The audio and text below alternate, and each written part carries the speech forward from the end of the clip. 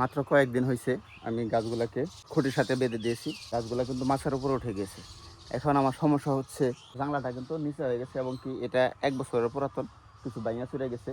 তো এটা যে ঠিক করাবো, আমার যে লোক উনি ধান লাগানোর ব্যস্ত। আমি যে বিষয়টা আপনাদেরকে এখন বলবো, আপনার এলাকায় আশেপাশে খুঁজে দেখবেন অনেক লোক আছে বলতেছে তাদের কাজ নাই, বসে আছে বেকার, কাজের সংকটে ভুগতেছে, তারা আর্থিক সংকটে ভুগতেছে। কিন্তু যদি আপনি বলেন যে ভাই তুমি আসো আমার বাড়িতে, একটু কাজ আছে, এই কাজটা একটু তুমি করে দাও, দেখবেন বলবে কি যে ভাই আমি তো এই কাজ পারি না, এইটা আমার করতে সমস্যা, এই কাজে আমার অ্যালার্জি, মানে নানান ধরনের অজুহাত। কিন্তু সে বসে থাকবে এবং কি মানুষের কাছ থেকে ধার কর্জ করে খাইতে সে প্রস্তুত, আপনার কাজ করবে না। সে সে বসে সারাদিন চায়ের দোকানে আড্ডা দিবে, ফোনে গেমস খেলবে, বসে বসে টাচ খেলবে, কিন্তু কাজ করবে না।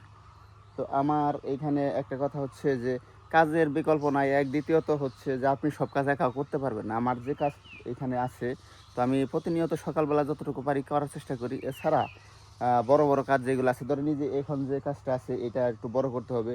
অলরেডি গাছ আমার এই যে দেখুন উপরের দিকে উঠে গেছে, এই দিক দিয়ে পাতা ছড়াবে। তো এটা আমি একা করা সম্ভব না, এই কারণে আমার কাজের লোক প্রয়োজন।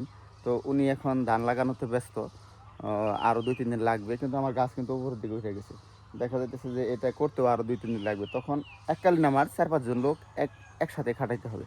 কিন্তু একটা লোক যদি আমার এখানে প্রতিনিয়ত কাজ করতো, মিনিমাম 4 থেকে 5 দিন কাজ করতে পারতো। এরকম লোক আমার এলাকায় অনেক আছে, বসে বসে খাইতেছে, ঘুরতেছে, ফিরতেছে, কিন্তু যদি বলি সে করবে না। তো এই হচ্ছে আমাদের দেশের পরিস্থিতি। আর এই একটা কারণে আমাদের বাঙালিরা মানে দারিদ্রতা নিয়ে বসবাস করতেছে, তাদের জীবনে আর্থিক সচ্ছলতা কোনো কারণেই আনতে পারতেছে না। তো আমার ভিডিওটা যদি ভালো লাগে অবশ্যই লাইক, কমেন্ট, শেয়ার করবেন। আর এরকম কৃষি সম্পর্কিত টিপস যদি আপনারা প্রতিনিয়ত পেতে চান, তাহলে আমার চ্যানেলটা সাবস্ক্রাইব এবং ফলো করে রাখবেন। ধন্যবাদ সবাইকে, ভালো থাকবেন, আমার জন্য দোয়া করবেন। আসসালামু আলাইকুম।